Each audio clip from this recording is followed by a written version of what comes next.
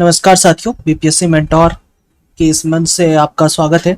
साथियों, जो डीएसओ वाली मैथ की जो वीडियो है उस पे आपका बहुत प्यार मिला है और मुझे तो पूरी वीडियो एक साथ करनी थी, लेकिन मुझे लगा कि सबसे बहुत मैथ के वीडियोस की मांग आप लोगों के द्वारा हो रही थी, तो मैंने उसको जो है आपके सामने डाला है।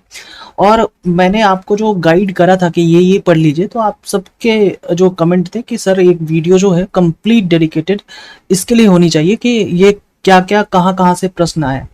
तो मैंने कुछ जो है वो आपके साथ डिस्कस भी आपके चैनल पे करी थी। @BPSC एक्सक्लूसिव जो है वहाँ आकर आप देख सकते हैं। बीपीएससी एक्सक्लूसिव टेस्ट करेंगे तो वो उस चैनल पे जो है मैंने डाला है, लेकिन अब आपको कोई ऐसी करने की आवश्यकता नहीं पड़ेगी। अब तो सारी वीडियो जो है साथ ही हम देखेंगे। तो 11वां नंबर प्रश्न पे हम आते हैं कि फ्रेंच ओपन 2025 प्रतियोगिता में महिला एकल की विजेता कौन है। तो साथियों, मैंने इस प्रश्न को बेसिक रखा है, ये हर एक करंट अफेयर की जो किताब है उसमें आपको शामिल हो जाएगा। तो इसका सही उत्तर होगा कोको गॉफ। कोको गॉफ जो है वो महिला एकल की विजेता है। ठीक है, अगली है कि निम्नलिखित में से कौन सा देश यूक्रेन के साथ अपनी सीमाएं साझा करता है। ये यूपीएससी का प्रीवियस ईयर क्वेश्चन है।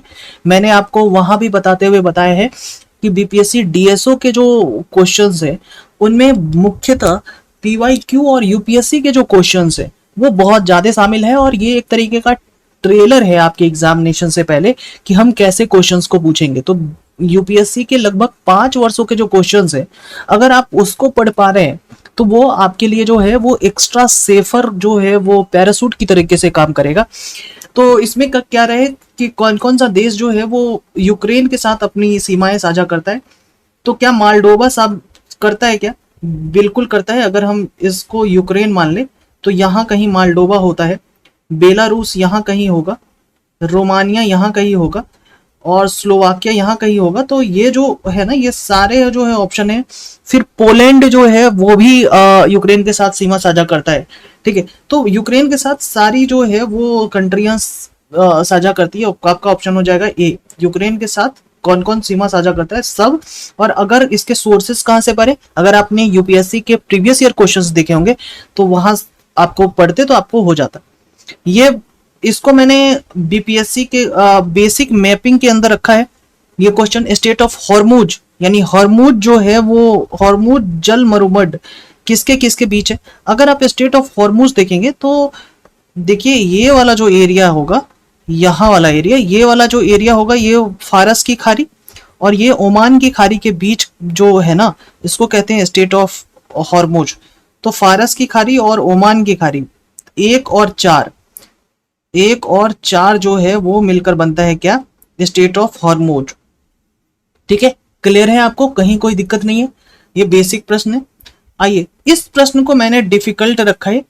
अगर आप यूपीएससी की तैयारी करते हैं तो उस केसेस में भी इसको डिफिकल्टी रखा जाए, लेकिन अगर आप यूपीएससी की तैयारी करते हैं और अगर आपने यूपीएससी के पीवाईक्यू को देखे होंगे तो वहां बहुत सारे कॉन्फ्लिक्ट जोन जो साउथ अफ्रीका के हैं, अफ्रीकन कॉन्टिनेंट के हैं, उनके बहुत सारे कॉन्फ्लिक्ट जोन को बार बार पूछा जा रहा है। ठीक है, तो इसलिए जो है ये प्रश्न वहां से बन सकता था, लेकिन मैंने इसको डिफिकल्ट में ही रखा है। ये है कि नाइजर के साथ किन अन्य देशों ने पश्चिमी अफ्रीकी राज्यों के आर्थिक समुदाय, जिसको इकोवास कहते हैं, उनसे अपनी वापसी की घोषणा की है कि उनसे हटा है। 3 अलग देश हटे, तो नाइजर हटा है, बुर्किना फासो हटा है और माली हटा है।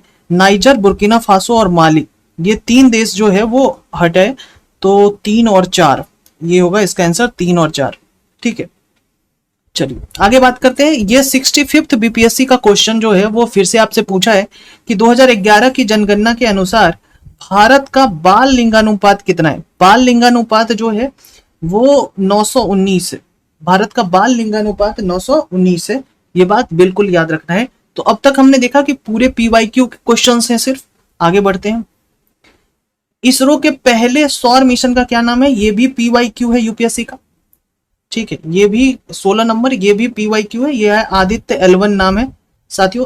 L1 मतलब होता है लैग्रेंज पॉइंट। 19वां नैम जो सम्मेलन है ये कहाँ हुआ? ये भी आप देखेंगे कि आईआर का ही क्वेश्चन है, लेकिन बेसिक आईआर है। नैम अगर पढ़ेंगे तो ये बेसिक आईआर है, इसको जो है वो डिफिकल्ट में नहीं लाना चाहिए, ठीक है। तो इसका सही उत्तर होगा युगांडा। 19वां शिखर सम्मेलन कहाँ हुआ? युगांडा। 18वां जो है ये भी बेसिक प्रश्न है कि किस देश ने हाल ही में फिलिस्तीन में इजराइल की कार्रवाई के खिलाफ अंतरराष्ट्रीय न्यायालय आईसीजे में जो है वो मामला दायर किया और इसे जीनोसाइड बताया, नरसंहार बताया। ये तो बात हर किसी को मालूम है, ये बेसिक से भी बेसिक थे, ठीक है। और ये है दक्षिण अफ्रीका। और आपको पता होगा कि दक्षिण अफ्रीका ने ये करने के बाद जो है ट्रंप ने इसको कैसे जो है वो लताड़ा था। इसके दक्षिण अफ्रीका के सीरियल रामाफोसा नाम है ना उसका, ठीक है। और उनको उसकी वीडियो बहुत वायरल है कि ट्रंप जो है इसको बोल रहा है कि आप इतनी अच्छी अंग्रेजी बोलते हैं। और इन्होंने सीरियल रामाफोसा ने उसी समय जो है ये बोला कि मोदी और ट्रंप जो है, ट्रंप को बोला कि मोदी हमारे म्यूचुअल फ्रेंड है। आप देखेंगे ये वीडियो बहुत वायरल है, उसी समय हुआ था। चलिए 19वां नंबर क्या क्वेश्चन है? 19वां नंबर सबसे आसान प्रश्न है और ये यूपीएससी पीवाईक्यू का भी प्रश्न है। कह रहा है ऑपरेशन गंगा। साथियों ऑपरेशन गंगा कहां हुआ था? यूक्रेन में। यूक्रेन के लिए ऑपरेशन गंगा स्टार्ट हुआ था, ठीक है। ऑपरेशन देवी शक्ति आपको पता है कि भाई अफगानिस्तान में हुआ था। तो ए का 4 और डी का 1, ए का 4 डी का 1। देखो ए का 4 यहां भी है, डी का 1 यहां भी है। चलिए आगे भी देखते हैं। ऑपरेशन अजय जो है वो इजराइल के लिए हुआ था। C2 यानी कि डी होगा आंसर। ऑपरेशन कावेरी जो है वो सूडान में जो है सूडान से जो लोग हैं उनको लाने के लिए हुआ था ऑपरेशन कावेरी।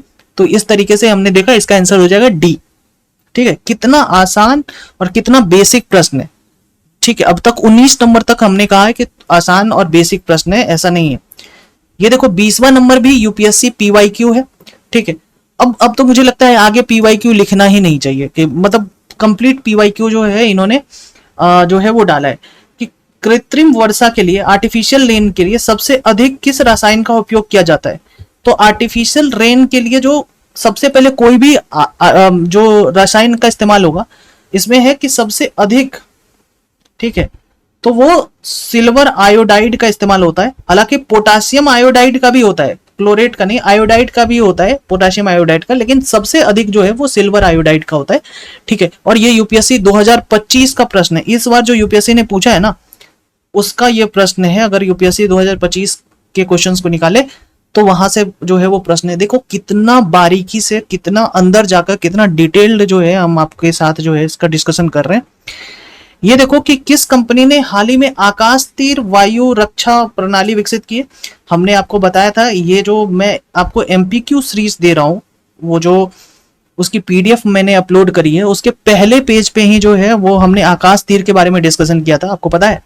एडुटेरिया और बेसिक करंट में जो है ये आपको आ जाएगा। लेकिन अगर मैं इस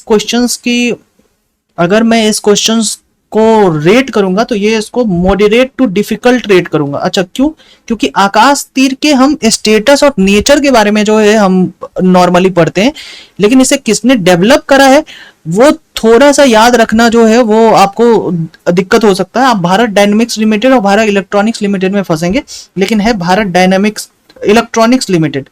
भारत इलेक्ट्रॉनिक्स लिमिटेड जो है इसका जो है वो इन्होंने डेवलप किया है डीआरडीओ के साथ मिलकर, ठीक है। ये इन दोनों के साथ मिलके भारत इलेक्ट्रॉनिक्स लिमिटेड, ठीक है, क्लियर है। अब देखिए कृत्रिम बुद्धिमत्ता आर्टिफिशियल इंटेलिजेंस का जनक किसे माना जाता है? ये तो बहुत बेसिक है, महा बेसिक है। लेकिन अगर आप केजीएस का भी टेस्ट दे रहे होंगे तो हाल ही में जो परसों या उससे 2 दिन पहले जो टेस्ट हुआ है FLT 7 उसमें भी यही क्वेश्चन था कि एआई के जनक किसको मानते हैं? तो जॉन मैकार्थी को जनक मानते हैं। तो मुझे लगा कि अगर कोई बेसिक भी अगर आप टेस्ट दे रहे हैं तो उन टेस्ट में अगर आपको लगे कि क्या उन टेस्टों से आ रहे क्वेश्चन, तो इसलिए मैंने आपको ये बताया कि टेस्ट से एक क्वेश्चन आपके अब तक मिले हैं, ठीक है। चलिए 23वां नंबर है कि सर ये रेयर अर्थ मेटल के बारे में जो है इन्होंने क्यों पूछ लिया? देखो रेयर अर्थ मेटल जो है ये अभी बहुत न्यूज में है, क्योंकि चाइना ने भी जो है वो उसकी एक्सपोर्ट जो इंडिया को होती थी उसको भी रोका है। साथ ही साथ हमने जो है अमेरिका के साथ रेयर अर्थ मेटल के बीच में जो है वो समझौता करा है। तो रेयर अर्थ जो मेटल है ना वो अपने आप में बहुत इंपॉर्टेंट है, 17 है ना पूरे। और इनमें यही कह रहा है कि आप इसमें ये बताइए कि निम्नलिखित में से वो कौन सी धातु है जो रेयर अर्थ मेटल नहीं, जो रेयर अर्थ मेटल नहीं है, जिनका उपयोग विद्युत और इलेक्ट्रॉनिक घटकों के निर्माण में किया जाता है। रेयर अर्थ मेटल नहीं है, नहीं है इसमें पूछा जा रहा है साथियों। यूपीएससी 2021 का अगर आप प्रश्न देखेंगे तो यही थीम पर उन्होंने प्रश्न भी पूछा है, इसलिए इसका आंसर हो जाएगा रेडियम। रेडियम का इस्तेमाल हम जो है वो इलेक्ट्रॉनिक्स और इलेक्ट्रॉनिक्स अप्लायंसेस के लिए करते हैं, लेकिन ये रेयर अर्थ जो मेटल है ये नहीं है। स्कैंडियम, लेंथियम, सीरियम ये सारे रेयर अर्थ मेटल है, लेकिन ये रेयर अर्थ मेटल नहीं है। तो ये तो आसान सा प्रश्न है, मैं इसको इजी वाले प्रश्न में डालूंगा, ठीक है। और लगभग 5 वर्षों के जो है मेरा कहना है कि आप इसको पढ़िए। अच्छा, ये डिफिकल्ट प्रश्न है, ये कोई किसी भी तरीके से आसान नहीं है, और इसको जो है अगर आप छोड़ना चाहे तो छोड़ सकते थे, ठीक है। और अगर आपने इसको बनाना है, ठीक है, तो बनाने के लिए इसको रिस्क लिया जा सकता है। कैसे?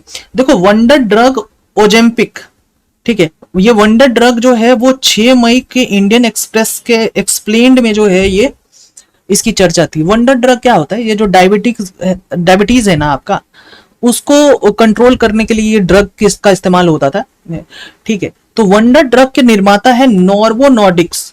तो नोवो नॉर्डिक्स जो है, तो नॉर्डिक कंट्री का आपको बात है, नॉर्वे के बगल में है स्वीडन, ठीक है, डेनमार्क। तो स्वीडन और डेनमार्क यही सारे जो है वो इसके आंसर हो सकते हैं, ठीक है।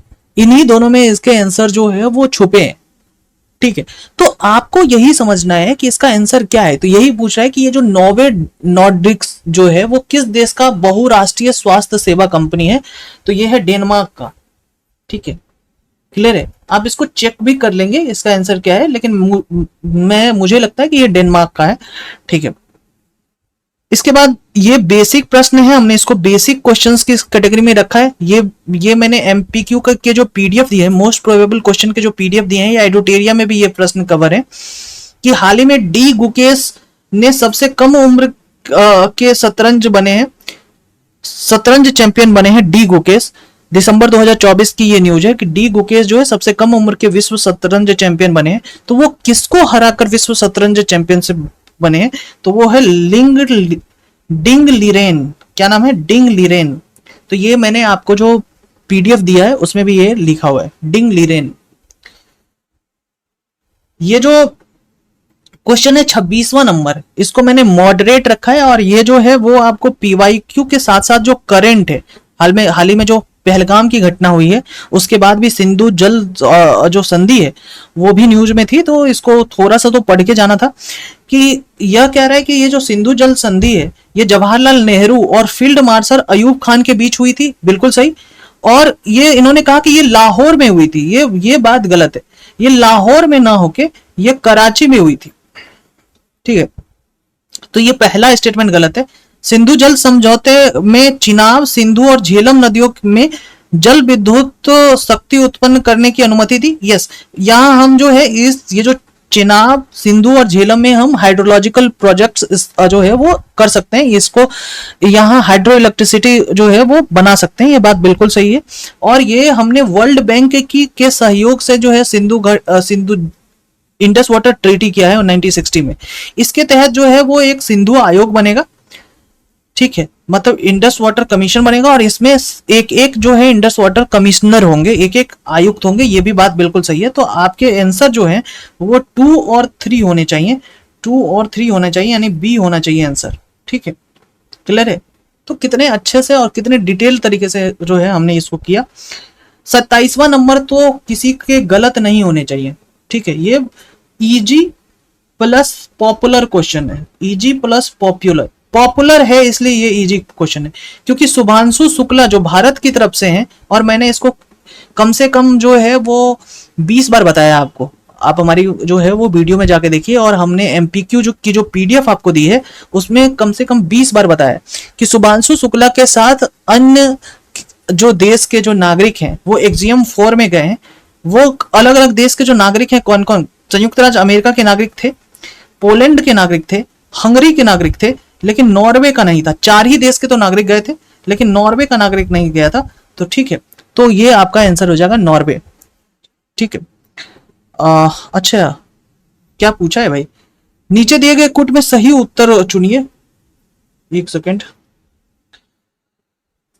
किन किन देशों शुभांशु शुक्ला के साथ, देखो एक सेकेंड, इसका ये मैंने सही आपको बताया है, लेकिन क्वेश्चंस को अच्छे से पढ़ लेते हैं कि भारत के शुभांशु शुक्ला के साथ किन अन्य देशों के नागरिक अंतरिक्ष मिशन स्टेशन जाने वाले में जो है वो एक्जियोम 4 में कौन कौन देश के नागरिक शामिल थे?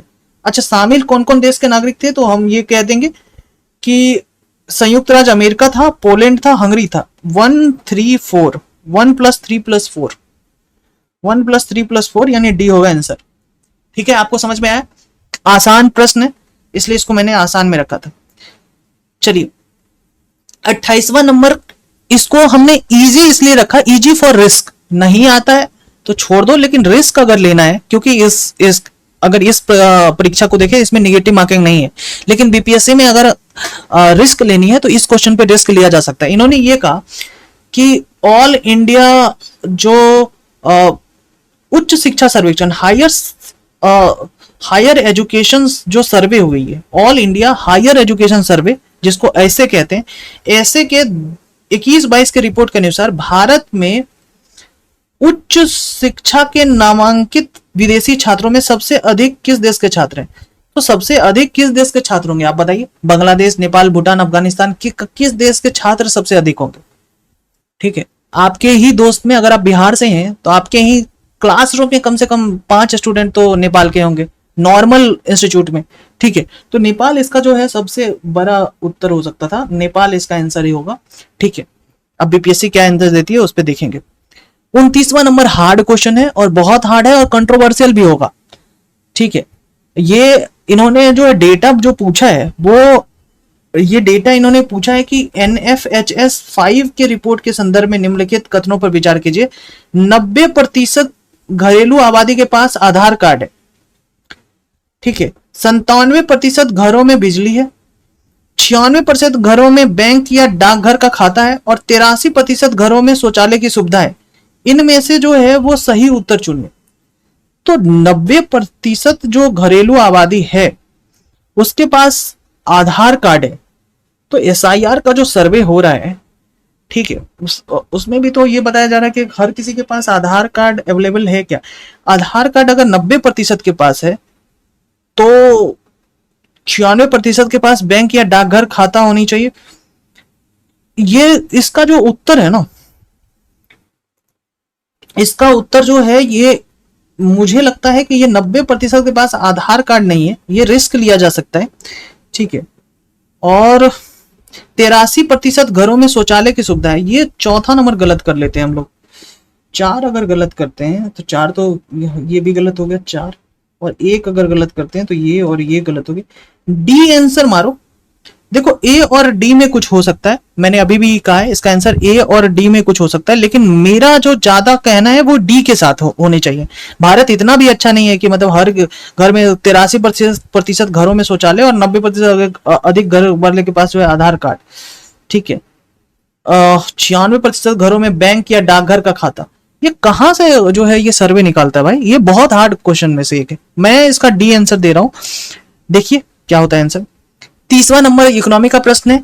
तीसरा है कि जो नीली अर्थव्यवस्था है, ब्लू इकोनॉमी है, उसका क्या अर्थ है? ब्लू का मतलब ही होता है सागर महासागर, और ब्लू जहां भी जुड़ा हो और उसमें इकोनॉमी जुड़ी हो तो सागर महासागर की जो अर्थव्यवस्था होगी, तो महासागर, समुद्रों और तटों से जुड़ी हुई अर्थव्यवस्था होगी। इसमें कोई एक्सप्लेनेशन की जरूरत नहीं है। अगर आपको एक्सप्लेनेशन चाहिए, इस पूरी जो क्वेश्चंस में एक्सप्लेनेशन चाहिए, तो आपको जो है वो तैयारी छोड़ देनी चाहिए। लक्षद्वीप कितने द्वीपों से बना हुआ है? बहुत आसान सा प्रश्न है। लक्षद्वीप 36 द्वीपों से बना हुआ है, इसमें कोई दिक्कत नहीं होनी चाहिए।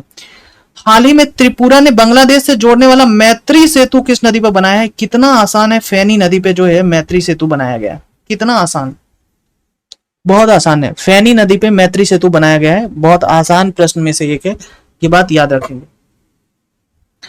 निम्नलिखित में से क्वाड का सदस्य कौन नहीं है? ये सब तो इतना आसान प्रश्न है भाई, बहुत इजी प्रश्न है। क्वाड का प्रश्न, क्वाड में कौन कौन है बताइए? तो क्वाड में कौन कौन है? क्वाड में इंडिया है, यूएसए है, जापान है, ऑस्ट्रेलिया है। ये कोई भी प्रश्न, अगर ये इस प्रश्न में किसी को दिक्कत हो रहा है, अगर ये प्रश्न, सही कह रहा हूं, अगर ये प्रश्न में आपको दिक्कत हो रहा है और ये प्रश्न आपने गलत करके जो है अगर आप आए हो, तो आपको तैयारी एकदम बिल्कुल छोड़ देनी चाहिए, बिल्कुल। ठीक है, क्योंकि ये आईआर का प्रश्न है, आपको मेंस भी लिखना है ना। ठीक है, तो मेंस में तो आपको क्वाड के बारे में पता ही होनी चाहिए। क्वाड इंडो पैसिफिक जो है वो, फिर I2U2, फिर जो हम आईमेक, यहाँ से जो है हम जो मिडिल ईस्ट होके यूरोप पहुंचना चाहते हैं, इन सारे के बारे में पता होनी चाहिए। तो ये तो गलत है। ठीक है, तो इसमें कौन शामिल नहीं है भाई? यूनाइटेड किंगडम शामिल नहीं है क्वाड के अंदर। ठीक है, 34वां नंबर आते हैं, भारत क्यों मायने रखता है? ये देखो, बीपीएससी, यूपीएससी और बीपीएससी दोनों का PYQ है ये, वाई इंडिया मैटर्स।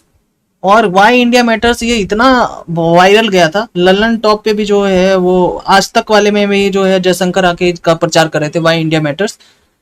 और मैंने इस बुक को खरीद के पढ़ा भी, अच्छी बुक है। ठीक है, संयुक्त सैन्य अभ्यास जिसको सदा तंसीक कहते हैं, ये जनवरी 2024 का जो है वो करंट अफेयर है। अब देखिए, जनवरी 2024 एग्जाम अभी हो रहा है, जनवरी 2024 तक के क्वेश्चंस ये पूछ रहा है। ठीक है, तो जनवरी 2024 से लेकर अब तक अगर प्रश्न को आप पढ़ेंगे तो ही आपका जो है वो चलेगा। सदा तंसीक भारत और सऊदी अरब के बीच जो है ये जो सैन्य अभ्यास हुआ है। नीति आयोग के कम से कम 4-5 प्रश्न इस बार जो है वो बीपीएससी ने पूछे हैं। देखिए, नीति आयोग का जो गठन है, इन्होंने कहा है कि नीति आयोग का गठन 1 जनवरी 2018 को स्थापित हुआ। बिल्कुल नहीं, नीति आयोग तो 1 जनवरी 2015 में बना है ना। तो ठीक है, तो एक गलत है, एक जिसके पास होगा गलत हो गया। तो हमारे पास आंसर सीधे सीधे जो है वो 2 3 4 आ रहा है। पढ़ भी लेते हैं।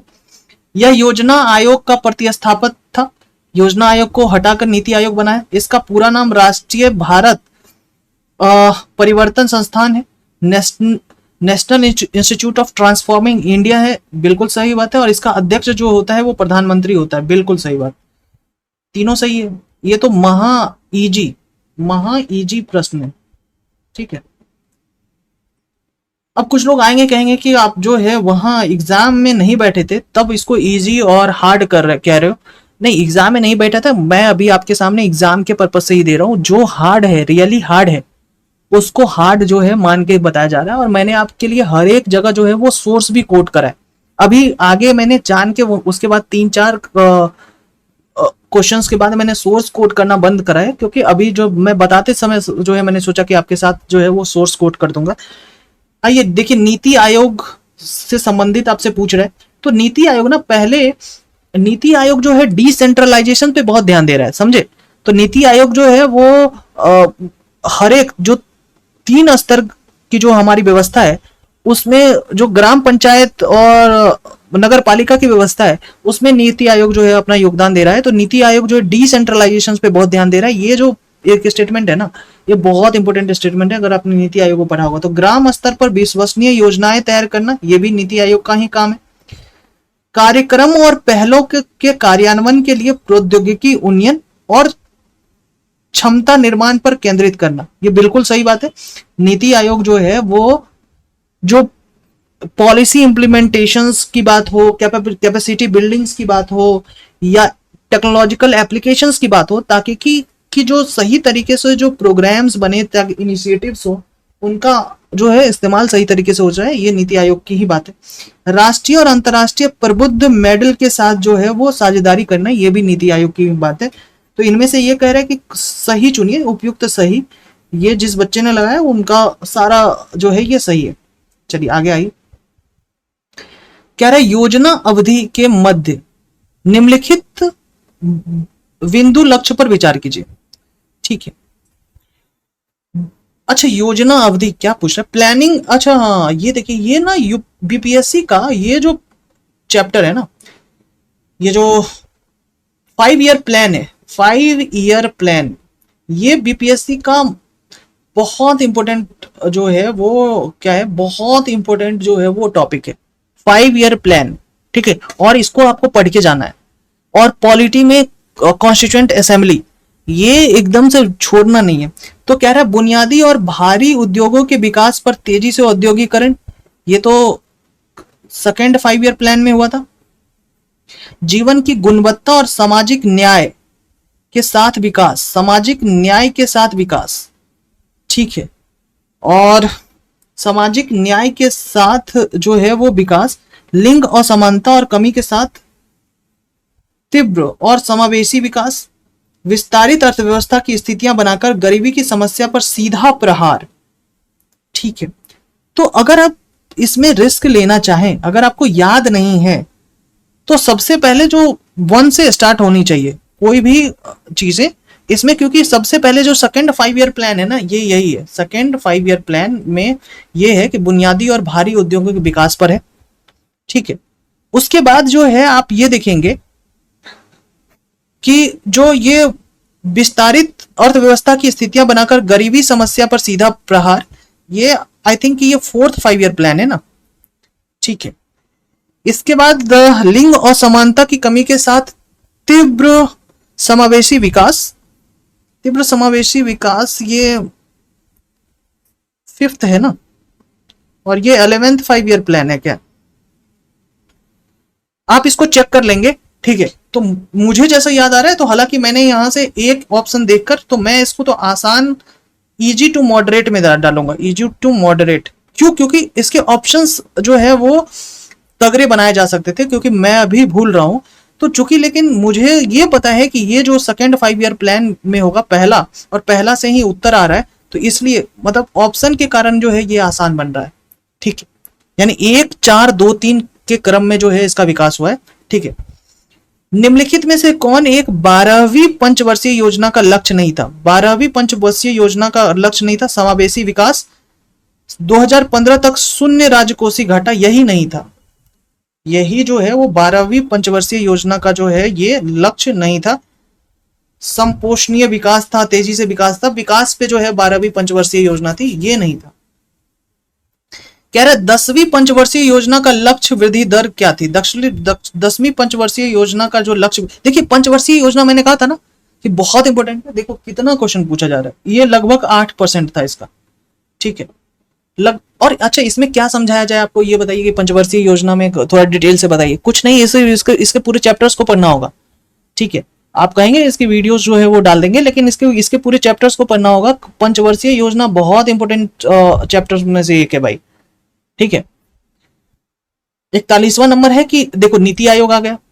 नीति आयोग के संदर्भ में निम्नलिखित कथनों पर विचार कीजिए। नीति आयोग के 7 स्तंभ है, बहुत बेसिक, बिल्कुल सही है। और इसके 3 विंग है, ये तो आसान सा प्रश्न हो गया भाई। नीति आयोग के 7 स्तंभ और 3 विंग है, ये आसान सा प्रश्न है, इसको इजी कैटेगरी में डालो। और ये PYQ है, ये PYQ है, स्टेट PCS के PYQ में शामिल है, ठीक है।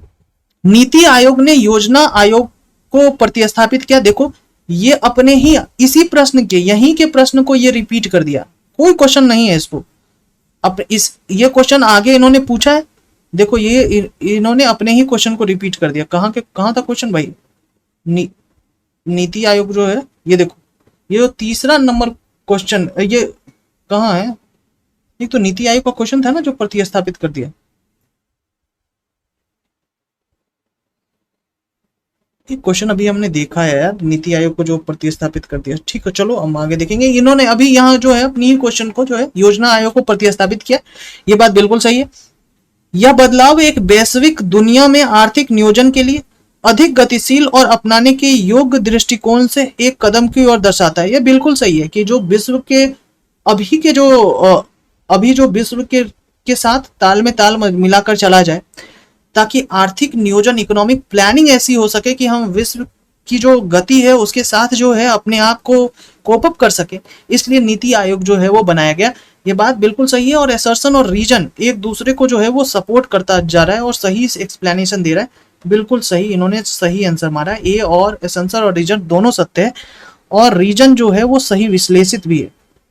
अब आइए बिहार स्पेशल का क्वेश्चन है क्या ये, कि बिहार शहर विशेष रूप से जाना जाता है। अच्छा, बिहार का भागलपुर शहर जो है वो विशेष रूप से किस लिए जाना जाता है? तो भागलपुर शहर को का दूसरा नाम क्या है भाई? सिल्क सिटी ऑफ बिहार भी कहते हैं, सिल्क सिटी ऑफ बिहार भी कहते हैं भागलपुर। हालांकि जर्दालू आम के लिए भी भागलपुर जाना जाता है, लेकिन जर्दालू आम से अधिक विशेष रूप से किससे किससे जाना जाता है, तो वो टसर सिल्क के लिए जाना जाएगा भागलपुर। भागलपुर तो मंजूषा पेंटिंग के लिए भी जाना जाता है, ठीक है। तो भागलपुर तो अपने आप में हर चीज के लिए जो है वो ज्यादा जाना जाता है। जमुई बिहार में जाना जाता है भाई, जमुई को तो जाना जाता है भाई सोना का भंडार के लिए। बिहार में एक ही जगह सोना है, वो भी जमुई में। डीपी धर ने क्या तैयार किया था, तो डीपी धर द्वारा क्या तैयार किया गया था, तो इसका आंसर हो जाएगा कि बिहार में डीपी धर ने 5वीं पंचवर्षीय योजना जो है वो तैयार की थी। बिहार में 5वीं पंचवर्षीय योजना जो है वो डीपी धर के द्वारा तैयार हुआ था। 46वां है कि बिहार की आर्थिक अर्थव्यवस्था में हाल की वर्षों में उल्लेखनीय वृद्धि देखी गई है। बिल्कुल सही है कि हाल ही में बिहार जो है अब तीसरे नंबर का जो है वो तेजी से बढ़ता हुआ जो है आप बिहार को देखेंगे।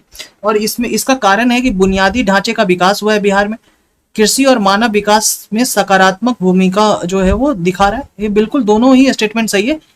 इकोनॉमिक्स के जो प्रश्न होते हैं ना बहुत बेसिक होते हैं, और अगर इसके जो बेसिक टेनेंट्स को आप समझ पा रहे हैं तो इकोनॉमिक्स का प्रश्न जो है वो आसान सा बन जाता है। तो असर्शन और रीजन दोनों सही है, ये दोनों सत्य है, और ये बात बिल्कुल सही आपको नजर आ रहा है। कह रहा है बिहार पर्यटन नीति 2023 के अंतर्गत 50 करोड़ रुपए से अधिक के निवेश के लिए दी जाने वाली अधिकतम पूंजी सब्सिडी कितनी है। 50 करोड़ से ऊपर से अधिक दी जाने वाली अधिकतम पूंजी सब्सिडी कितनी है, तो ये पर्यटन नीति 2023 के अंतर्गत तो ये है 25%। ठीक है, ये बात बिल्कुल सही है 25%। और ये जो है ना, ये अगर आपने मेंस बीपीएससी मेंस के प्रश्न आपने बनाए हो तो वो कोई भी इंस्टीट्यूट ऐसा नहीं है जिन्होंने बिहार पर्यटन नीति 2023 के ऊपर जो है वो प्रश्न नहीं पूछा है। कोई भी इंस्टीट्यूट ऐसा नहीं है। तो मेंस के प्रश्न अगर आपने बनाए हो तो ये क्वेश्चंस जो है वो थोड़े आसान होते हैं। और मेंस मुझे लगता है कि सीरियस कैंडिडेट जो होंगे वो उनको मेंस तो थोड़ा बहुत तो जानकारी उनकी होगी। बिहार में बुनियादी ढांचों के विकास के लिए मुख्य रूप से क्या जिम्मेदार है। जो बुनियादी ढांचा है उनके विकास के लिए क्या जिम्मेदार है, तो साथियों बुनियादी ढांचा के विकास के लिए जो है वो लोक निर्माण ही जो है वो जिम्मेदार होगा। ये तो देख के पता चल रहा है बुनियादी ढांचे के विकास के लिए क्या जरूरी है, लोक निर्माण। न तो जल परिवहन होगा, शिक्षा, न स्वास्थ्य, लोक निर्माण ही बहुत जो है ज्यादा जरूरी है। बिहार में स्मार्ट सिटी मिशन का मुख्य उद्देश्य क्या है। भारत में स्मार्ट सिटी उस मिशन का मुख्य उद्देश्य क्या है, ये कोई भी आदमी अगर चाहे तो इस प्रश्न का उत्तर जो है वो दे सकता है, कोई भी।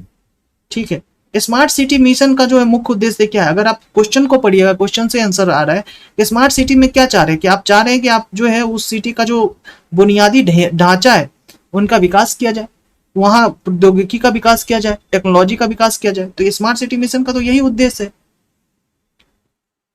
ये बहुत बेसिक प्रश्न है। 50वां क्वेश्चन की हरित अवसंरचना किस चीज से संबंधित है। हरित अवसंरचना, जब भी नाम हरित आ गया तो हरित का मतलब कि क्लीन एनर्जी, रिन्यूएबल एनर्जी, तो नवीकरणीय ऊर्जा से संबंधित है। इसमें कोई पूछने वाली बात है क्या। 51वां नंबर है कि निम्नलिखित में से कौन सा भारत का एक प्रतिस्पर्धी विनिर्माण क्षेत्र विकास के लिए आवश्यक है। निम्न में से कौन भारत में एक प्रतिस्पर्धी विनिर्माण क्षेत्र के लिए जो है वो आवश्यक है। देखो, प्रतिस्पर्धी विनिर्माण क्षेत्र के लिए जो आवश्यक है वो है वित्तीय सेवाएं। बिल्कुल सही, मतलब डिजिटल फाइनेंशियल सर्विसेज अगर आप देंगे, लोन्स प्रोवाइड करेंगे, लोन प्रोवाइड करने वाले इंस्टीट्यूशंस ज्यादा होंगे तो आपके यहाँ जो है और ज्यादा प्लेयर्स आएंगे। ठीक है, और ज्यादा प्लेयर्स जो है वो इन्वेस्टमेंट में आएंगे, तो जो वित्तीय सेवाएं से जुड़े हुए संस्थान है वो बढ़ने चाहिए, तो आपको जो आपके यहाँ जो है वो विनिर्माण क्षेत्र में विकास आपको दिखेगा। निम्नलिखित में से कौन एल रूट सर्वर प्राप्त करने वाला देश का पहला राज्य बन चुका है। साथियों, एल रूट सर्वर प्राप्त करने वाला देश का पहला राज्य जो है वो राजस्थान बन चुका है। और ये प्रश्न जो है वो थोड़ा हार्ड है। ठीक है, ये प्रश्न हार्ड भी है, और एक तरीके से आप देखेंगे कि नॉर्मली जो पॉपुलर टीचर हैं उनके यहाँ जो है ये इन्होंने उनको बताया है। और एल रूट सर्वर जो है वो ये थोड़ा पुराना करंट भी है, तो हार्ड इसलिए है क्योंकि ये पुराना करंट है। अगर इससे पीछे अगर होता तो मैं इसको जो है वो बेसिक मानता, लेकिन हार्ड है क्योंकि ये बहुत पुराना करंट है। ठीक है, किस देश के विकास में बुनियादी ढांचे की, किसी देश के विकास में बुनियादी ढांचा मतलब इंफ्रास्ट्रक्चर की बात हो रही है, ठीक है, की महत्वपूर्ण भूमिका होती है। नवाचार को बढ़ावा देकर सतत विकास का सृजन करना, तो इंफ्रास्ट्रक्चर जो है, असमानता को कम करना, वैश्विक प्रतिस्पर्धात्मकता को मजबूत करना, जो ग्लोबल कॉम्पिटिटिवनेस का मजबूत करना, ये भी बात होगी, असमानता कम करेंगे। ठीक है, उसके बाद जो है नवाचार को बढ़ावा देकर सतत विकास को सृजन करना, ये सारे पॉजिटिव ही कमेंट है, ये इसका आंसर हो जाएगा डी।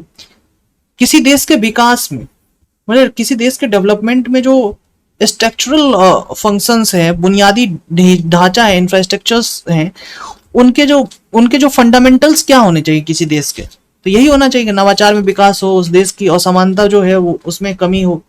ठीक है, ये बात होनी चाहिए। 54वां नंबर है कि डेटा सेंटर, ये महा बेसिक है, बेसिक से भी बेसिक क्वेश्चन है। डेटा सेंटर नाम से ही क्लियर है, डेटा सेंटर मुख्य रूप से क्या काम करता है, यहाँ डेटा जो है वो स्टोर होकर रहता है, तो डेटा भंडारण और प्रसंस्करण के लिए मतलब डेटा स्टोरेज एंड प्रोसेसिंग के लिए जो है ये भौतिक सुविधा जो है वो प्रदान करता है। इसमें किसी को दिक्कत हो रहा है ये 54 नंबर क्वेश्चन में, तो और अगर किसी ने इसमें गलत करके आया तो उसको छोड़ देनी चाहिए पढ़ाई। ठीक है, 55वां नंबर, आइए 55वां नंबर क्वेश्चन को देखते हैं। और 55वां नंबर क्वेश्चन जो है ये मॉडरेट है, हालांकि है इसका पुराना करंट, लेकिन है मॉडरेट क्योंकि ऑप्शंस ऐसे बनाए गए। निम्नलिखित में से कितने युग्म सही सुमेलित है, ठीक है, कितने युग्म जो है वो सही सुमेलित है, तो कह रहा है दिल्ली मेट्रो भारत की पहली चालक रहित मेट्रो का उपयोग करने वाली मेट्रो बनी है, बिल्कुल सही है। बांद्रा वर्ली सी लिंक भारत का सबसे लंबा समुद्री पुल है, लंबा समुद्री पुल है लेकिन सबसे लंबा समुद्री पुल नहीं है। ठीक है,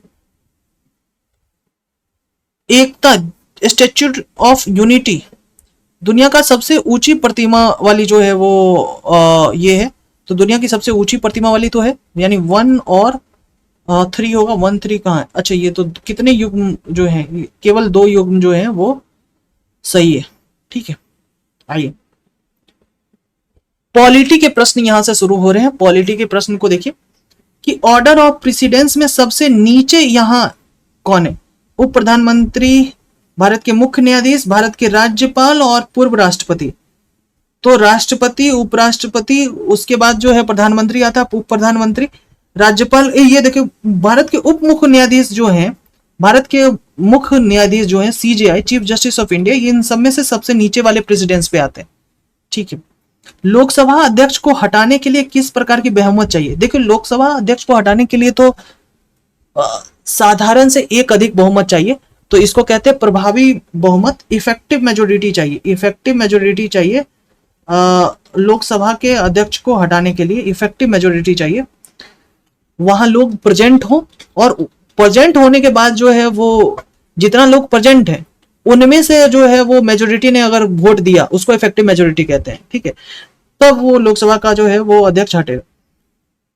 इसके बाद ठीक है, वो तो साधारण बहुमत होता। इफेक्टिव मेजोरिटी का मतलब ये है कि टोटल स्ट्रेंथ ऑफ हाउस में जो एक आधे मतलब टोटल स्ट्रेंथ ऑफ हाउस जो है उसमें से 50% से एक ज्यादा अगर है तो उसको प्रभावी बहुमत कहते हैं। ठीक है, तो अगर प्रभावी बहुमत, साधारण बहुमत, ये पूर्ण बहुमत, इन सारे में जो दिक्कत हो रही है तो फिर तो दिक्कत है भाई। ठीक है, तो लोकसभा के जो अध्यक्ष हैं, लोकसभा के जो स्पीकर है, देखो 4 टॉपिक मैं बता रहा हूं जो आपको कंप्लीट करके जाने अगर एग्जाम दे रहे हो तो। स्पीकर, गवर्नर, ये जो 4 संवैधानिक पोस्ट है इसको करके ही जाओ। प्रेसिडेंट, ठीक है, और अगला है सीएजी। और अगर और एक संवैधानिक पोस्ट अगर देखना हो इसको, और एक संवैधानिक पोस्ट जिसको आप कर सकते हो तो वो जो है वो है ये नीति आयोग। नीति आयोग जो है ये भी बहुत इंपॉर्टेंट है। और एक जो है, और अगर कर लो तो पार्लियामेंट्री कमेटी भी बहुत इंपॉर्टेंट जो है, वो एक तरीके का इंपॉर्टेंट टॉपिक में से एक है। ठीक है, आगे बात करते हैं। निम्न में से कौन सा सही है? ध्यानकर्षण का प्रस्ताव एक भारतीय नवाचार है, बिल्कुल सही है।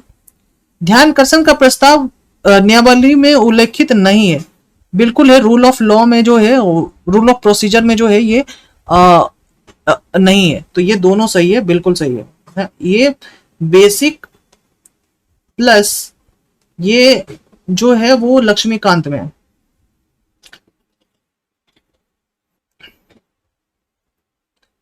संसद की अनुमान समिति, एस्टिमेट कमेटी या प्राक्कलन समिति आप इसको कह लो, इस संबंध में निम्नलिखित कथनों पर विचार करें। प्राक्कलन समिति में सिर्फ और सिर्फ जो है लोकसभा के मेंबर होते हैं, आपको पता है, 1 साल के लिए होते हैं।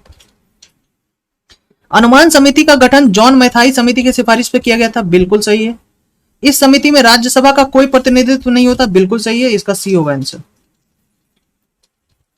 ठीक है।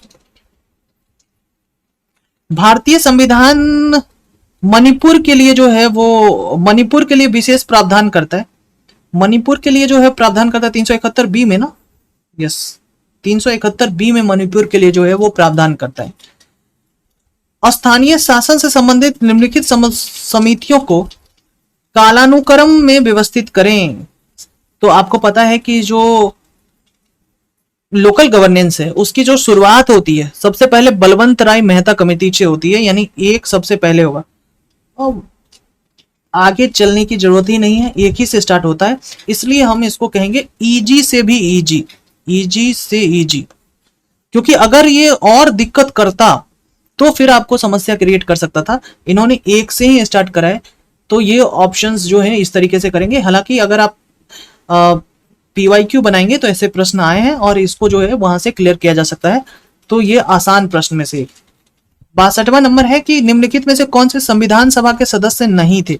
साथियों, हमने अभी आपको कहा कि जो कॉन्स्टिट्यूएंट असेंबली है उसको आप पढ़ लो, इसमें कितने मेंबर्स थे, कितने बिहार से मेंबर थे, कितने मेंबर्स जो है वो पाकिस्तान से पहले था, पाकिस्तान से जाने के बाद कितने मेंबर्स थे, कितनी महिला मेंबर्स थी, कितने जो है वो इंडिपेंडेंट मेंबर्स थे, ये सारे पढ़ने पड़ेंगे आपको। ये जो अलग तरीका मैंने बताया ना, और ये जो है ना वो लक्ष्मीकांत से पढ़ लो, वो जो है वो काफी है। इनमें से ये कहा कि कौन सा सदस्य नहीं था? सुचेता कृपलानी थी, विजय लक्ष्मी पंडित थी और राजकुमारी अमृत कौर थी। अरुणा आसफ अली जो है वो इसकी मेंबर नहीं थी। ठीक है, मैं इसको थोड़ा सा मॉडरेट टू हार्ड मानूंगा, मॉडरेट टू हार्ड। और अगर मुझसे कहा जाए कि इन दोनों में से चुनो इस क्वेश्चन के लिए, तो मैं इसको हार्ड ही कहूंगा, क्योंकि नाम है और नाम में ये पूछा जा रहा है कि इनमें से कौन सदस्य नहीं थी, तो ये हो सकता है कि इसको याद करना थोड़ा मुश्किल हो। राज्यसभा के सदस्य से संबंधित प्रावधान कहां से जो है हमने सोर्स क्या है राज्यसभा के जो है वो सदस्य का? तो हमने दक्षिण अफ्रीका के संविधान से राज्यसभा के प्रावधान लिए हैं। राज्यसभा के सदस्य के चुनाव का प्रावधान, यानी कि चुनाव, elections of members of upper house, ये हमने दक्षिण अफ्रीका से लिया। निम्नलिखित में से कौन सा संविधान, देखो मैंने कहा ना संविधान सभा आप पढ़ लो भाई, संविधान सभा बहुत जरूरी। संविधान सभा की प्रारूप समिति के सदस्य नहीं थे, संविधान सभा के प्रारूप समिति के सदस्य नहीं थे। तो सैयद मोहम्मदुल्लाह थे, एन गोपाल स्वामी अयंगर थे, अल्लादी कृष्ण स्वामी अय्यर थे, VT कृष्णमाचारी जो है वो नहीं थे। इसको चेक करना, तो VT कृष्णमाचारी नहीं थे। ठीक है, मुझे जैसा याद आ रहा है। ठीक है, 7 मेंबर थे ना, उसमें 2 लोग जो है उनका डेथ हुआ था। ठीक है, और इनके जो है BR अम्बेडकर जो है इनके क्या थे, अध्यक्ष थे। और 15 अगस्त के 7-8 दिन के बाद ही इसका जो है वो फॉर्मेशन हो गया था। 28 या 29 अगस्त का इसका फॉर्मेशन हुआ था, ये भी बात अब मेरे को बताना भूल रहा हूँ। स्वतंत्र भारत की पहली कैबिनेट के वाणिज्य मंत्री के रूप में जो है वो किसके पास था? तो स्वतंत्र भारत, स्वतंत्र इंडिपेंडेंट इंडिया के, ठीक है, तो इंडिपेंडेंट इंडिया के जो है वो वाणिज्य मंत्रालय किसके पास था भाई? तो वो CH भाभा के पास था। CH भाभा के पास जो है वो स्वतंत्र भारत के वाणिज्य मंत्रालय इनके पास था। निम्नलिखित में से कौन सा अनुच्छेद 1976 के 42वें संविधान संशोधन द्वारा सम्मिलित नहीं किया गया? नहीं किया गया। ये क्या हो गया? ये तो क्वेश्चन ही गलत हो।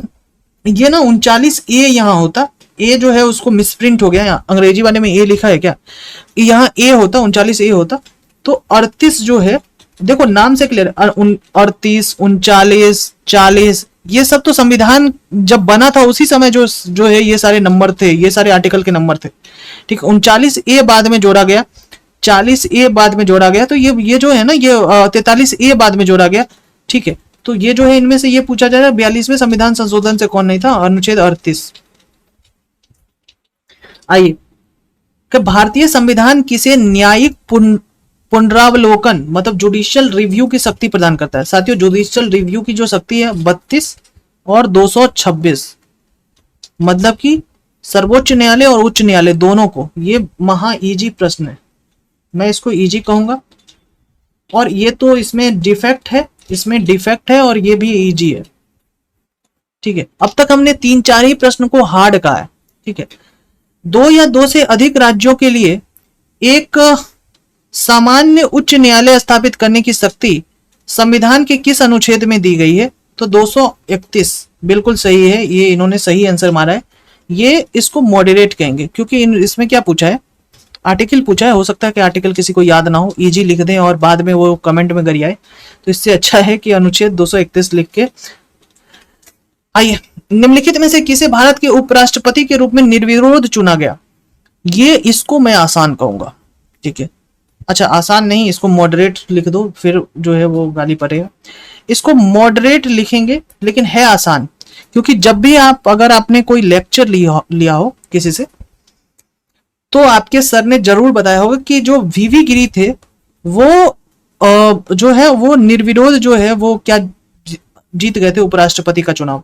ठीक है, क्योंकि नीलम संजीवा रेड्डी इस समय थे ना, कि वो जो है वो राष्ट्रपति के चुनाव के लिए जा रहे थे, तो वीवी गिरी जो है वो बने थे। ठीक है, मुझे जैसा याद है। ठीक है, तो इसका होगा आंसर बी। आइए, निम्नलिखित में से कौन सा सत्य नहीं है? कौन सा सत्य नहीं है? कह रहा है डीवी कार्वे जो है वो उच्च जाति की महिलाओं की विधवाओं के किसके शिक्षा के खिलाफ थे? मतलब धोंडो केशव कार्वे, इसका नाम है डीवी कार्वे, आपने पढ़ा होगा। तो यही जो है वो स्कूल भी खोलते हैं, आपको पता ही होगा, और विधवाओं की शिक्षाओं के खिलाफ थे, उच्च जाति के हिंदू विधवाओं के शिक्षा के खिलाफ थे। सत्य नहीं है, कौन सा सही नहीं है? डीवी कार्वे उच्च जाति के हिंदुओं विधवाओं के शिक्षा के खिलाफ थे, ये तो गलत है। मद्रास, अच्छा ये गलत है क्या? क्या ही कौन सा सत्य नहीं है? यही तो सही नहीं है, ये होगा आंसर। यही सही नहीं है, देखो पहला में ही आंसर मिल गया हम लोगों को। चलिए आगे पढ़ लेते हैं।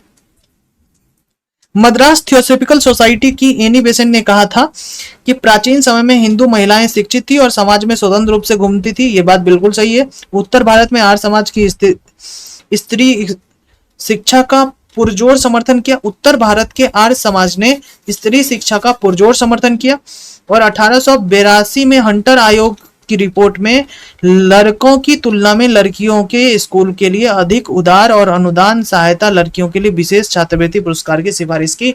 बिल्कुल सही है। चलिए, जब द्विराष्ट्रीय सिद्धांत जोर पकड़ रहा था, तब किसने मॉर्ले मिंटो सुधार को तंज कसते हुए मॉर्ले मिंटो सुधार के लिए यह कहा था कि पाकिस्तान का वास्तविक जन्मदाता जिन्ना नहीं है, वो मिंटो था। Minto was the real father of Pakistan. ये किसने कहा था? ये जो है वो गोविंद बल्लभ पंत साहब ने कहा था। गोविंद बल्लभ पंत जो है, इन्होंने कहा था कि पाकिस्तान के वास्तविक जन्मदाता जिन्ना नहीं मिंटो हैं, क्योंकि मिंटो को ही जो है फादर ऑफ कम्युनल इलेक्टोरेट माना जाता है। ये देखिए, ये आसान सा प्रश्न है, इजी सा प्रश्न है। क्यों इजी है? क्योंकि आपने पहले से पढ़ा होगा कि मूल शंकर किसको कहते हैं भाई? दयानंद सरस्वती को मूल शंकर कहते हैं। स्वामी दयानंद सरस्वती, यानी ए के लिए 3 आ गया। नरेंद्र नाथ दत्त किसको कहते हैं? स्वामी विवेकानंद को नरेंद्र नाथ दत्त कहते हैं, यानी बी के लिए 4 आ गया। गदाधर चट्टोपाध्याय किसको कहते हैं, तो रामकृष्ण परमहंस को कहते हैं, यानी 1 आ गया। और मार्गरेट एलिजाबेथ नोबेल, ये निवेदिता को कहते हैं, तो ये आ गया 2। ये स्वामी विवेकानंद की जो है वो शिष्या थी, ठीक है। तो 3 4 1 2 3 4 1 2 3 4 3 4 1 2 आपके पास आ गया ऑप्शन नंबर डी। हम लोग कितना पहुंच चुके हैं भाई, क्वेश्चन 73। 74वां नंबर है कि स्पेनिश फ्लू सबसे 1918 में सबसे पहले कहां पहुंचा, बंबई आया था स्पेनिश फ्लू। अब बहुत फास्ट पढ़ेंगे, आइए। एज ऑफ कंसेंट 1891 में सहमति आयु अधिनियम, यह बंबई के एक पारसी सुधारक बेहराम जी मालावारी थे और उन्होंने इसकी वकालत की थी। ये बिल्कुल सही है। और ये प्रश्न जो है वो थोड़ा सा डिफिकल्ट कहेंगे हम, और साथ ही साथ इस प्रश्न में जो है वो रिस्क ले सकते हैं कि नहीं ले सकते हैं, 100% रिस्क लीजिए ऐसे प्रश्न में, ठीक है। क्योंकि बेहराम जी मालावारी जो है वो पारसी सुधारक के रूप में जाने जाते हैं। वो कम से कम 10 टेस्ट देंगे तो उसमें एक बार बेहराम जी मालावारी का जो है वो जिक्र आएगा। और इस अधिनियम में बाल गंगाधर तिलक के नेतृत्व वाली जो गर्मपंथी शाखा है, उन्होंने एज ऑफ कंसेंट अधिनियम का जो है वो समर्थन किया था। तो ये गलत है, बाल गंगाधर तिलक ने इनका समर्थन नहीं किया था। ये उनके विरोधी थे कि एज ऑफ कंसेंट जो है वो मतलब कि महिलाओं की जो एज है शादी के लिए उसको बढ़ाया क्यों जा रहा है, इसके जो है वो खिलाफ थे बाल गंगाधर तिलक। तो हम कहेंगे कि 1 सही है, ओनली 1, इसका आंसर हो जाए 1। भारतीय इतिहास के संदर्भ में निम्नलिखित कथनों पर विचार कीजिए। ये देखो, ये यूपीएससी का जो प्रश्न है ना, हूबहू सेम टू सेम जो है वो कॉपी कर दिया गया है यहाँ, ठीक है। डचों ने गजपति शासकों द्वारा दी गई भूमि पर पूर्वी तट पर कारखाने और गोदाम स्थापित किए। बिल्कुल गलत है, डच ने ऐसा कोई काम नहीं किया था, यानी 1 गलत है। 1 अगर गलत हो गया तो हमारे पास ऑप्शन आ जाता है सी, ठीक है। डच ने ऐसा काम नहीं किया था। अल्फांसो डी अल्बुकर्क ने बीजापुर से जो है गोवा लिया था 1510 में ना, यस। विजयनगर साम्राज्य में एक प्रतिनिधि के पट्टे पर ली गई जमीन पर मद्रास में एक कारखाना स्थापित हुआ था। ये बात बिल्कुल सही है। अच्छा, इसको कहां से पढ़ेंगे, chapter number 1 advent of British in India, advent of Europeans in India, यानी इसको हम कहेंगे ईजी। और अगर आपने नहीं पढ़ा है घटना चक्र, जिसको मैंने बार बार कहा है, तो वहां जो है थोड़ा आपको मुश्किल जो है होगा ही। कह रहा है कि कौन सा नेता है जिन्होंने चंपारण सत्याग्रह में महात्मा गांधी के साथ प्रमुख रूप से वो जुड़े और भारतीय जन आंदोलनों में महात्मा गांधी के साथ उनकी प्रमुख जो है भागीदारी रही। ये तो कितना आसान है भाई, राजेंद्र प्रसाद। इसका आंसर ही है राजेंद्र प्रसाद। राजेंद्र प्रसाद लीडर बन के ही उभरे, कब, चंपारण सत्याग्रह के बाद, ठीक है। उन्होंने वकीली सब जो है चंपारण सत्याग्रह को देखते हुए छोड़ छाड़ दी थी। निम्नलिखित में से किस घटना ने भारतीय राष्ट्रीय कांग्रेस द्वारा असहयोग आंदोलन की औपचारिक शुरुआत की।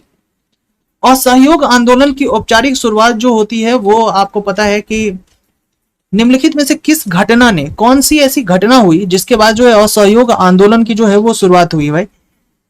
तो असहयोग आंदोलन जो है रोलेट एक्ट के विरोध में असहयोग आंदोलन जो है वो शुरू हुआ था।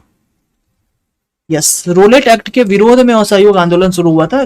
इसमें यह कह रहा है कौन सी घटना ने, ये घटना नहीं हुआ था, कांग्रेस का नागपुर अधिवेशन एक घटना नहीं था, इसके बाद स्टार्ट हुआ था, ठीक है। तो ये ना पूछा ऐसे है और ऑप्शन ऐसे दिया है, ये कंट्रोवर्शियल भी बन सकता है।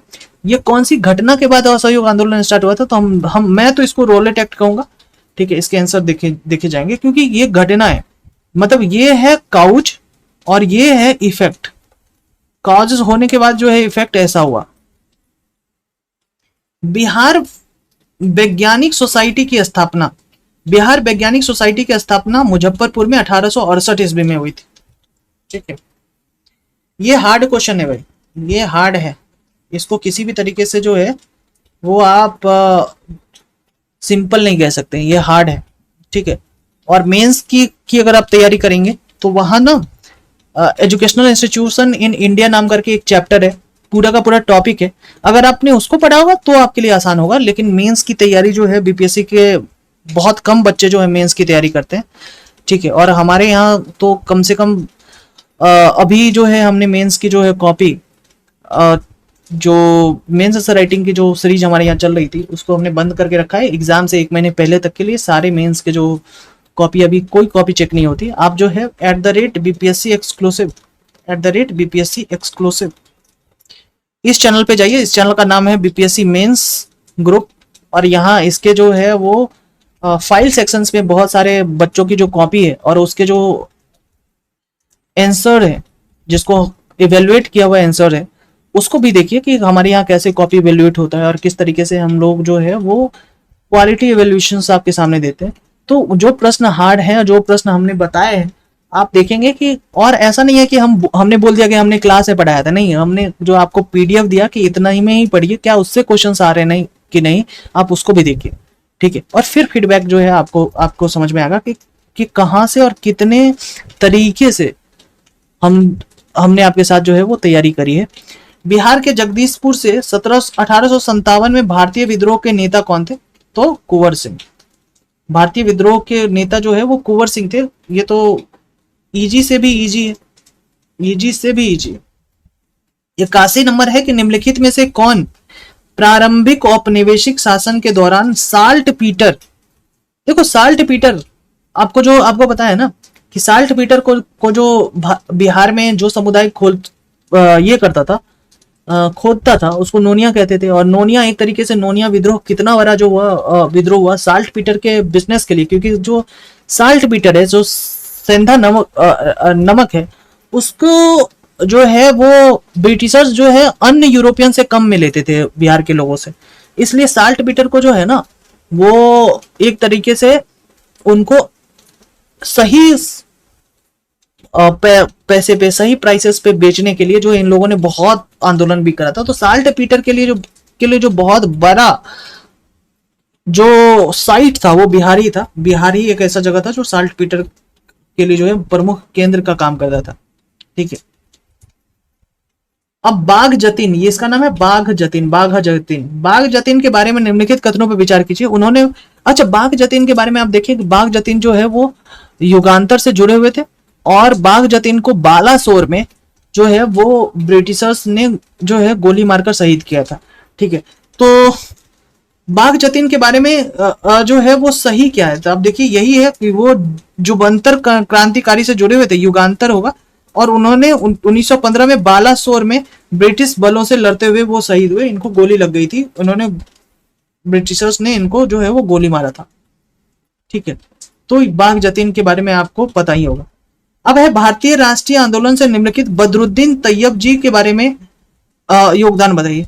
देखिए बदरुद्दीन तैयब जी जो हैं भारतीय राष्ट्रीय कांग्रेस को लेकर जो है इनके बारे में बताइए। उन्होंने 1929 में लाहौर अधिवेशन की अध्यक्षता की। 1929 में जवाहरलाल नेहरू ने लाहौर अधिवेशन की अध्यक्षता किया था। ये फॉरवर्ड ब्लॉक के संस्थापक थे। सुभाष चंद्र बोस तब क्या थे? ये भारतीय राष्ट्रीय मुस्लिम के पहले मुस्लिम अध्यक्ष बने। यस, बिल्कुल सही है। और हिंदू मुस्लिम एकता के सक्रिय काम किया। ये बिल्कुल सही है। क्वेश्चन के आंसर ही बता देते हैं कि यही आंसर है, ठीक है। अब आइए, अब 85वां नंबर जो क्वेश्चन है, ये बहुत इंपॉर्टेंट क्वेश्चन है। मैं इसको most most most important question मानता हूं 85 नंबर क्वेश्चन, ठीक है। अब आप में ये कह रहा है कि ये सारे आयोग हैं, कमीशन है, जैसे जिसमें मैकडोनाल्ड कमेटी है, स्ट्रेची कमीशन है, लॉयल कमीशन है, कैंपबेल कमीशन है। अब आपको इसको जो है वो क्रोनोलॉजिकल ऑर्डर में जो है वो बतानी है कि वो कौन कौन से कब कब जो है वो बने, ठीक है। चलिए, ये इंपॉर्टेंट इसलिए है क्योंकि इसमें अगर हम देखें कि सबसे पहले इसमें सबसे फॉर्मेशन पहले हुआ है कैंपबेल का। कैंपबेल कब बना है भाई? 1866 के आसपास बना था। आपको पता है कि इस समय उड़ीसा में बहुत बड़ी फेमाइन आई थी। उड़ीसा में बहुत बड़ी फेमाइन आई थी, तो उड़ीसा की फेमाइन के लिए जो है ये बना था। और इस फेमाइन में 10 लाख से ज्यादा लोग मरे थे। और आप देख पाएंगे कि इसमें ब्रिटिश एडमिनिस्ट्रेशन जो है पूरी तरीके से फेल हुई। तो इस आयोग के बनने का जो उद्देश्य था कि आप अकाल के कारणों को ढूंढे और भविष्य में जो राहत व्यवस्था है वो सही तरीके से कैसे बन पाए, इसके लिए जो है वो काम करेगी। ये आयोग का मकसद था। इसके बाद जो है वो बना था स्ट्रेची आयोग। स्ट्रेची आयोग 1876 से 78 तक बना था। और ये दक्षिण भारत का, नॉर्थ इंडिया का पहला अकाल कमीशन था। ठीक है, इसमें जो है वो मद्रास, मैसूर, हैदराबाद, बॉम्बे प्रेसिडेंसी वाला एरिया जो है वो पूरा शामिल था स्ट्रेची आयोग का, आपको पता ही है। स्ट्रेची आयोग जो है वो पूरी तरीके से सफल नहीं हुआ, तो इसके बाद जो है वो बनाया गया लॉयल कमीशन। ठीक है, तो लॉयल कमीशन जो है वो लगभग 1896-97 के आसपास बना था, क्योंकि इस समय जो है वो बम्बई के अंदर जो है वो फ्लैग भी फैला था, तो अकाल के साथ साथ फ्लैग की जो बातें थी उसमें जो है फिर लॉयल कमीशन जो है वो स्ट्रेची कमीशन की जो सिफारिश है उसको भी समीक्षा किया, और फिर अकाल राहत की जो नीति है उसको भी कैसे स्ट्रेंथन किया जाए इस पे लॉयल कमीशन की बात की गई। और मैकडोनल्ड जो है वो सबसे अंतिम में 1900 के आसपास बना था। ठीक है, तो ये जो मैकडोनल्ड कमीशन है ये सारे अकाल आयोग है, ये सेंट्रल प्रोविंस में जो है, सेंट्रल प्रोविंस में जो अकाल थी उसके लिए बनाया गया था। तो आप देख पाएंगे कि सबसे पहले कौन बना है, डी, डी के बाद बना है बी। ठीक है, तो डी बी, डी से स्टार्ट होना चाहिए, यानी डी होगा आंसर। ठीक है, इस तरीके से ये बहुत अच्छा प्रश्न है भाई, 85 number is a very good question. अब आइए, बलबन से कौन संबंधित नहीं है, तो बन पूंजी का हस्तांतरण, चहलगानी तुर्क, रक्त और लोह की नीति, मामलुक वंश, ये सारे बलबन से संबंधित है। कौन संबंधित नहीं है भाई, तो पूंजी का हस्तांतरण जो है वो संबंधित बलबन से नहीं है। लोह और रक्त की नीति, सजदा और पैबोस, ये सारे बलबन के जो है। निम्नलिखित में से किस अखबार ने नील विद्रोह के दौरान इंडिगो प्लांटर्स की कड़ी निंदा की थी और कृषकों के समर्थन में जो है अपना पक्ष रखा था, तो ये है हिंदू पेट्रियोट, बिल्कुल सही है हिंदू पेट्रियट। इन्होंने बहुत ज्यादा नील विद्रोह में जो है वो किसानों का साथ दिया था, हिंदू पेट्रियट। भारतीय अर्थव्यवस्था में खुले पत्रों में लॉर्ड कर्जन की इस कदर विवश किया कि ब्रिटिश भारतीय सरकार ने इसका आधिकारिक खंडन करना पड़ा उसको प्रकाशन करके, साथ ही बहुत सारे सुधारात्मक आर्थिक कदम भी उठाने पड़े। तो वो कौन से व्यक्ति थे जिन्होंने ऐसे जो है वो बहुत सारे जो है उन्होंने कटाक्ष करा था ब्रिटिश की नीतियों पे, और उन्होंने ब्रिटिश अर्थव्यवस्था के खिलाफ बहुत सारे कटाक्ष करे थे, जिस कारण से जो ब्रिटिश सरकार है उनको भी झुकना पड़ा, और वो भी जो है वो आधिकारिक रूप से उनको खंडन करना पड़ा कि नहीं नहीं हम भारत में ऐसा नहीं कर रहे। तो ये थे आरसी दत्त। आरसी दत्त एक बहुत बड़े इकोनॉमिस्ट थे, और आपको पता है रजनी पाम, आरसी दत्त जो है वो एक बहुत बड़े इकोनॉमिस्ट थे। और आप देखेंगे कि ये जो है इन्होंने बहुत तरीके से जो है वो ब्रिटिश गवर्नमेंट को जो है वो कटाक्ष इन्होंने बहुत अच्छा करा था। आइए, निम्नलिखित में से कौन मेल नहीं खाता, कौन मेल नहीं खाता है, खुदाई खिदमतगार अब्दुल गफार खान, जिन्हें फ्रंटियर गांधी कहते हैं, ये सही है। आजाद मुस्लिम कॉन्फ्रेंस अल्लाह बख्श, ये भी सही है। खाकसार पार्टी अलामा मशरिकी, ये भी बिल्कुल सही है। ठीक है, अब है इसका सही उत्तर होगा कृषक प्रजा पार्टी के जो है वो है अब्दुल हक नहीं है, ए के फजलुल हक है, ए के फजलुल हक है, हक है। ठीक है, ए के फजलुल हक जो है इनका सही उत्तर। आगे बढ़ते हैं आगे कि बख्तियार खिलजी ने जब 1202-1203 में बंगाल पर आक्रमण किया, उसी समय तिरहुत पर भी हमला किया, और वहां के जो शासक थे राजा नरसिंह देव, उन पर क्या प्रभाव पड़ा बख्तियार खिलजी ने जब आक्रमण किया था। साथियों, बख्तियार खिलजी ने जब आक्रमण किया था राजा नरसिंह देव पर, तो नरसिंह देव जो है वो कर देने पर अपनी सहमति जताई थी, और नरसिंह देव को इन कर देने की सहमति के बदले जो है उनको उनको उनका राज्य जो है वो वापस भी दे दिया गया था। ये बख्तियार खिलजी ने ऐसा किया था। तो कोई ऐसा नहीं था कि उनको युद्ध में बंदी बना दिया गया या उनको निर्वासित कर दिया गया, नहीं, उनसे बस टैक्स लेने की जो है वो बात की गई। बात सही है। 91 नंबर है कि 1928 में जो आयोजित बिहार यूथ कॉन्फ्रेंस हुआ था उसमें बिहार यूथ लीग की स्थापना हुई थी। निम्न में से ये किस स्थान पे हुआ था? बिहार यूथ लीग की स्थापना किस स्थान पे हुई थी? साथियों, बिहार यूथ लीग की स्थापना जो है वो मोतिहारी में हुई थी। बिहार यूथ लीग की स्थापना 1928 में मोतिहारी में हुई थी। आइए आगे। निम्नलिखित में से कौन से नेताओं का युग्म 1922 में मुंगेर में किसान सभा के आयोजन के लिए जिम्मेदार था? ये आसान प्रश्न है, इजी प्रश्न है। मुंगेर में किसान सभा, मुंगेर से ही ये व्यक्ति थे, कृष्ण सिंह और मोहम्मद जुबेर। ये कम से कम हमने 4-5 बार जो है इसकी चर्चा करी है। 1928-29 के दौरान बिहार प्रांतीय कांग्रेस समिति के अध्यक्ष कौन थे? बिहार प्रांतीय कांग्रेस समिति के अध्यक्ष कौन थे? तो ये थे अनुग्रह नारायण सिंह। अनुग्रह नारायण सिंह, एएन सिंह जो है ये बिहार प्रांतीय कांग्रेस समिति के अध्यक्ष थे। समुद्रगुप्त को परंग भागवत कहा गया? इलाहाबाद स्तंभ लेख में, बिल्कुल सही है। ठीक है, एरन अभिलेख, भीतरी अभिलेख, ये सारे तो आसान है ना। इसी एरन अभिलेख में जो है वो सती प्रथा को लेकर कहा गया था ना, सती प्रथा को समाप्त किया गया है, या सती प्रथा की जो है पहला सती की जो है वो जो है वो साक्ष्य मिलता है एरन अभिलेख से। निम्न में से कौन सा शिलालेख मंदिर वास्तुकला का उदाहरण है? कौन सा रॉक कट मंदिर वास्तुकला का जो है वो उदाहरण है? मतलब कि पूरे पहाड़ को काटकर मंदिर बनाया गया, तो एलोरा में बनाया गया। एलोरा का कैलाश मंदिर जो है वो रॉक कट टेम्पल आर्किटेक्चर का जो है वो एक उदाहरण है। 96 नंबर आइए, कलिंग युद्ध की जो है चर्चा कहाँ हुई? तो कलिंग युद्ध में बहुत सारे लोग मारे गए थे, 13वीं उसकी होगी। तो इस तरीके से हमने याद रखा था कि 13। इसकी वीडियोस भी पड़ी हुई है कि कैसे आप जो है 1 से लेके 14 तक के जो है वो शिलालेख को कैसे याद रख सकते हैं। ठीक है, निम्नलिखित में से किस स्थल से हड़प्पा लिपि में बड़े अक्षरों में एक संक्षिप्त अभिलेख प्राप्त हुई है? तो धौलावीरा से। ये आसान सा प्रश्न है, इजी। ठीक है, ये भी इजी है।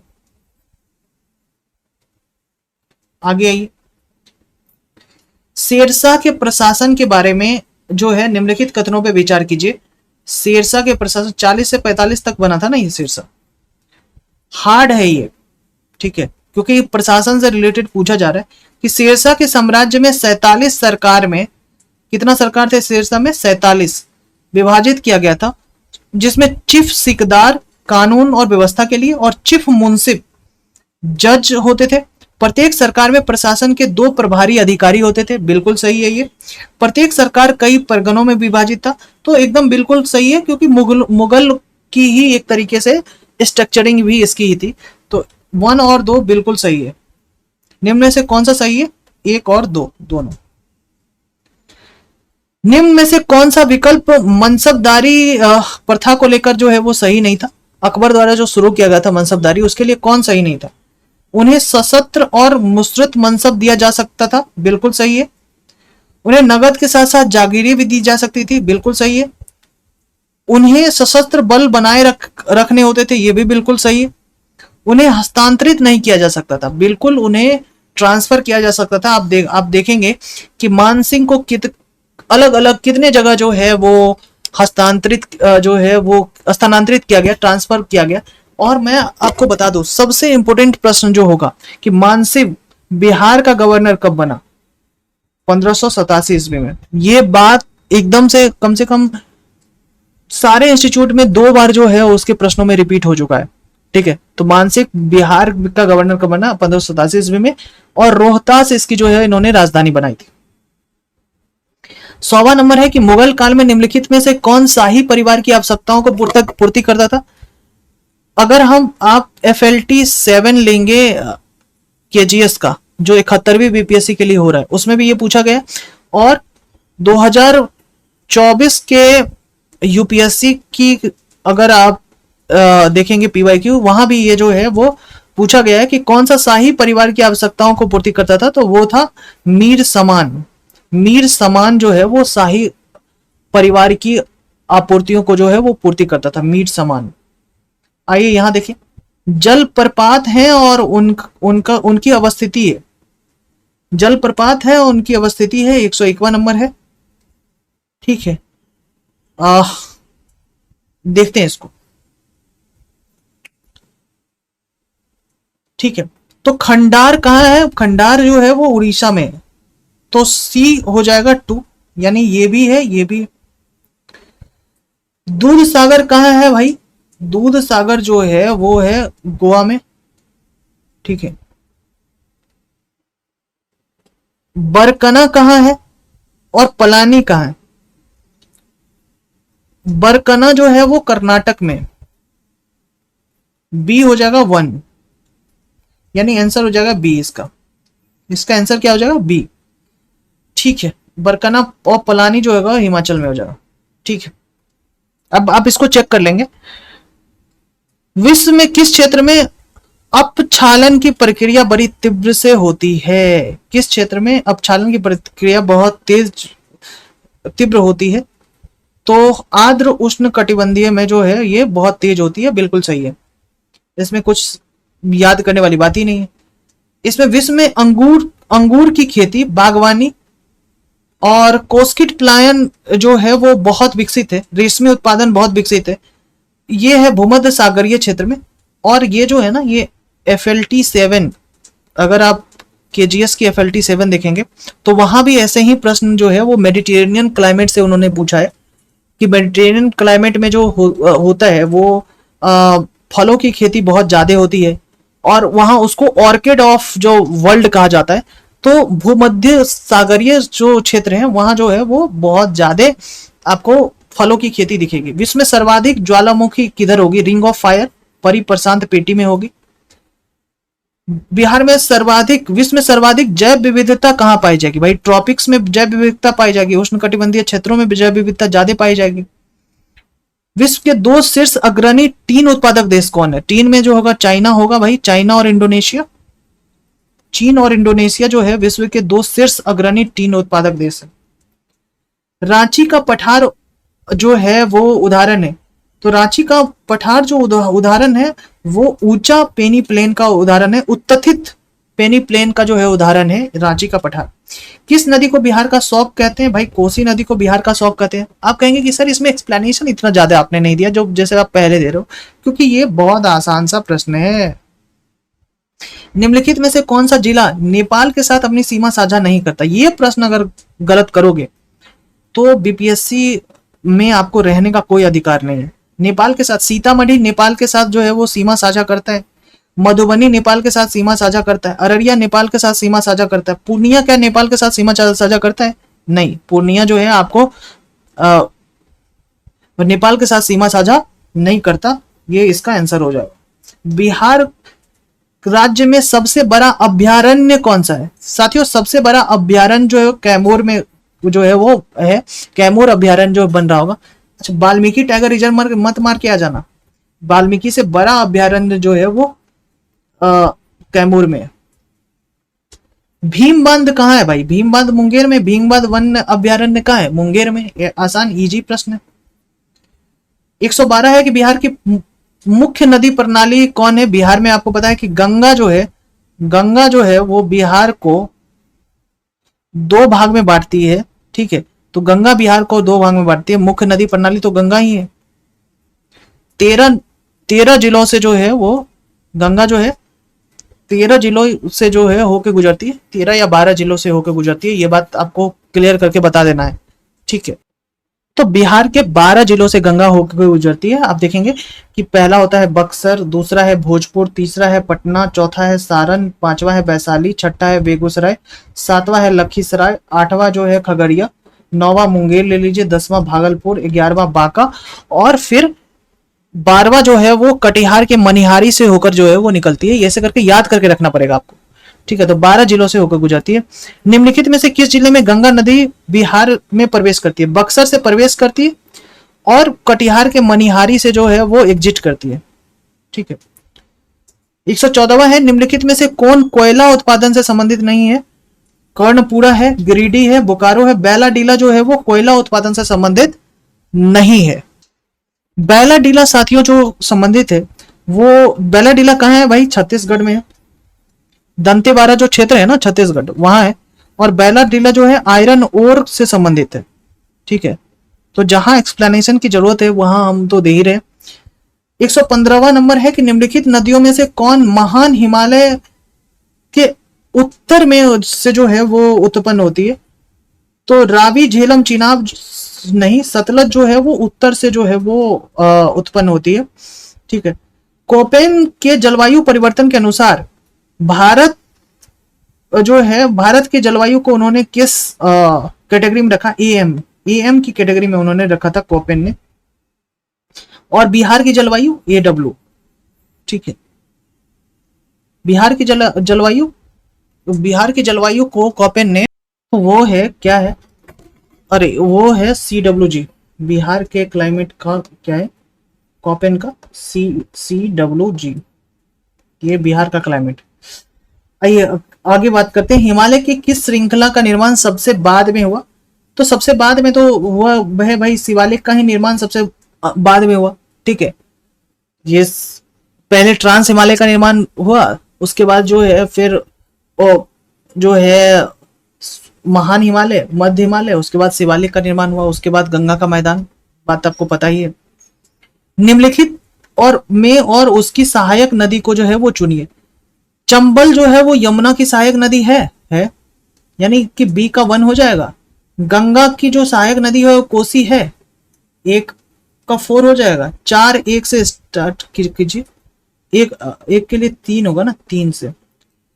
उसके बाद तो 3 1 किसमें है? यहां देखो 3 1 है, यानी बी ही होगा आंसर। 3 1 कृष्णा की जो नदी है वो हो जाएगी भीमा, और महानदी का जो सहायक नदी है वो हो जाएगा शिवनाथ।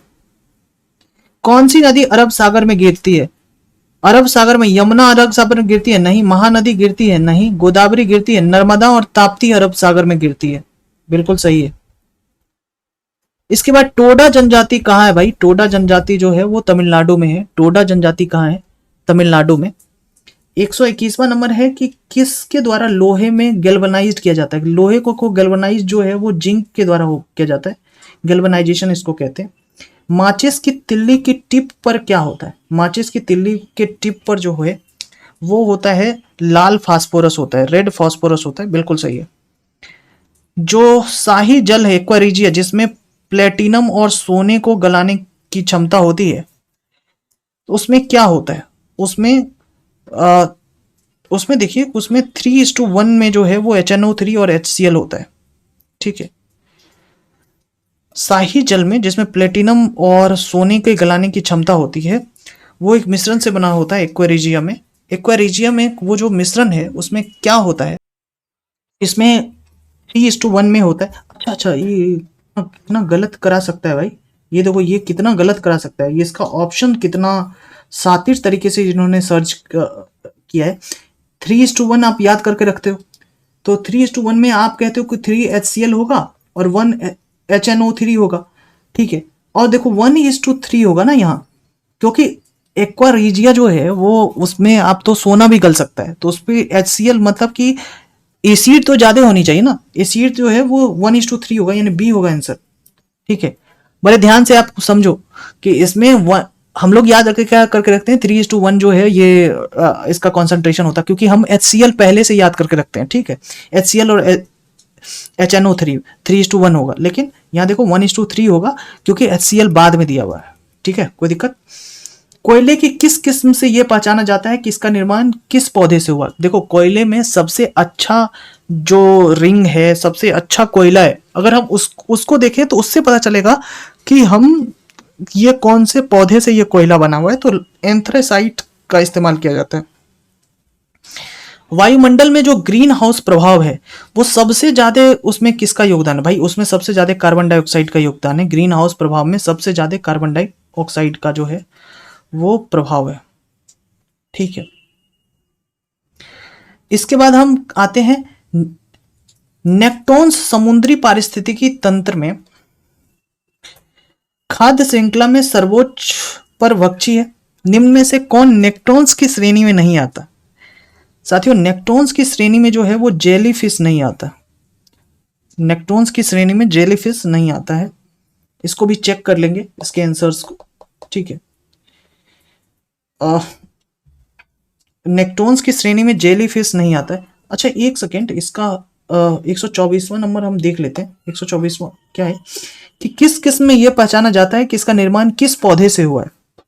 इस 124वां नंबर को भी देखोगे, मुझे अभी याद आ रहा है ना, इसका आंसर जो होना चाहिए पीट होना चाहिए। कि पीठ से जो है अच्छे तरीके से जो है वो पता चलता है कि ये इसका निर्माण जो है वो कोयले से हुआ है। आप इसका पीठ होना चाहिए, आप एक बार देख लोगे, एंथ्रासाइट नहीं, पीठ देखो, इसका पीठ होना चाहिए। ठीक है, भावनाओं में कभी कभार बह जाते। इसका डीएनए और आरएनए निम्न में से कौन सा तत्व नहीं होता है? डीएनए और आरएनए में सल्फर नहीं होता, बिल्कुल सही बात इन्होंने सही मारी है, सल्फर नहीं होता है डीएनए और आरएनए में। फॉस्फोरस, ऑक्सीजन, नाइट्रोजन, ये सारा सब कुछ होता है।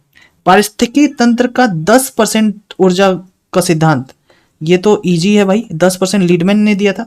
लिंडमैन जो है वो 10% एनर्जी थ्योरी ये इन्होंने दिया था। बॉम्बे नेचुरल हिस्ट्री सोसाइटी द्वारा त्रैमासिक पत्रिका हॉर्नबिल प्रकाशित की जाती है और जिससे अध्ययन किया जाता है। हॉर्नबिल जो है वो समुद्री किरानों में जीव जंतुओं और उनके जो अनुकूल व्यवहार है उनके लिए जो है वो ये जो है जारी करते हैं। बॉम्बे नेचुरल हिस्ट्री सोसाइटी, ये 3 महीने पे जारी होता है हॉर्नबिल, और इसमें जो समुद्र के किनारे किनारे जो जीव जंतु हैं उनको उनके व्यवहार और उनके एडेप्टेशन से रिलेटेड जो है वो चीजें प्रकाशित होती हैं। निम्न में कितने भारत में बायोडायवर्सिटी हॉटस्पॉट हैं? 4 हैं। एक तो आप देख पाएंगे एक तो अंडमान निकोबार हो गया, एक वेस्टर्न घाट हो गया, एक अराकान वाला रेंज हो गया, वो मतलब म्यांमार अराकान वाला, और एक जो है हिमालयन वाला हो गया। तो 4 तो है। कितने बायोडायवर्सिटी हॉटस्पॉट हैं? 4 है। लंबत तरंगे किससे गुजर नहीं सकती भाई? लंबत तरंगे जो है एक मैकेनिकल वेव होता है, और मैकेनिकल वेव जो है वो निर्वात से गुजर नहीं सकती, बिल्कुल सही बात है। इनके लिए मीडियम चाहिए। मानव जीवाश्म में उम्र निर्धारणता, मतलब कि जो फॉसिल्स है, फॉसिल्स के एज आप कैसे प्राप्त जो है वो पता कर पाएंगे? वो कार्बन डेटिंग मेथड से जो है एज प्राप्त कर लेंगे। यदि चालू फ्रिज के दरवाजों को खोल दिया जाए तो तापमान पर क्या प्रभाव पड़ेगा? तापमान बढ़ जाएगा। ये मोस्ट रिपीटेड प्रश्न है बीपीएससी का, सबसे ज्यादा बीपीएससी ने इसी प्रश्न को जो है वो रिपीट करा है। 34वां नंबर है कि यदि एक द्रव का गुरुत्वाकर्षण को शून्य कर दिया जाए, मतलब कि G बराबर 0 हो जाए, तो आप ये बताइए कि ये कर दिया जाए तो निम्न में से कौन नहीं होगा? कौन नहीं होगा? अगर गुरुत्वाकर्षण ही G है, G बराबर 0 है, तो क्या दबाव होगा भाई? HDG होता है दबाव का, तो ये होगा ही नहीं, दबाव बराबर 0 हो जाएगा, क्योंकि G से जो है गुना होकर दबाव बनता है, तो G ही 0 हो जाएगा, तो पूरा इक्वेशन से ही 0 हो गया। सर्दियों में कम्बल के बजाय, एक कम्बल के बजाय अगर 2 कम्बल ले ले तो वो अधिक गर्म रखते हैं, क्योंकि 2 कम्बलों के बीच जो है वो एयर आ जाता है, और एयर जो है आपको पता है कि वो बैड कंडक्टर है हीट का।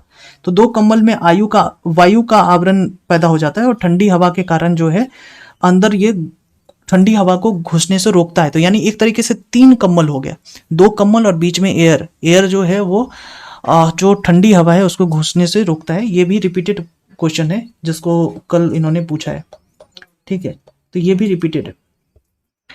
इसके बाद हम आ जाते हैं 136वां है कि बहुत पुराने दस्तावेज की जो लिखावट है, अगर हमको उसको पढ़ना है तो कौन सी किरण का इस्तेमाल करते हैं? तो हम इंफ्रारेड किरण का इस्तेमाल करते हैं। अगर पुराने दस्तावेज हैं उनकी लिखावट सही से समझ में नहीं आ रही है तो इंफ्रारेड किरण का इस्तेमाल करते हैं। माइक्रोफोन क्या करता है साथियों? माइक्रोफोन जो है वो ध्वनि तरंग को जो है वो विद्युत संकेतों में बदलता है, ये बात माइक्रोवेव करता है।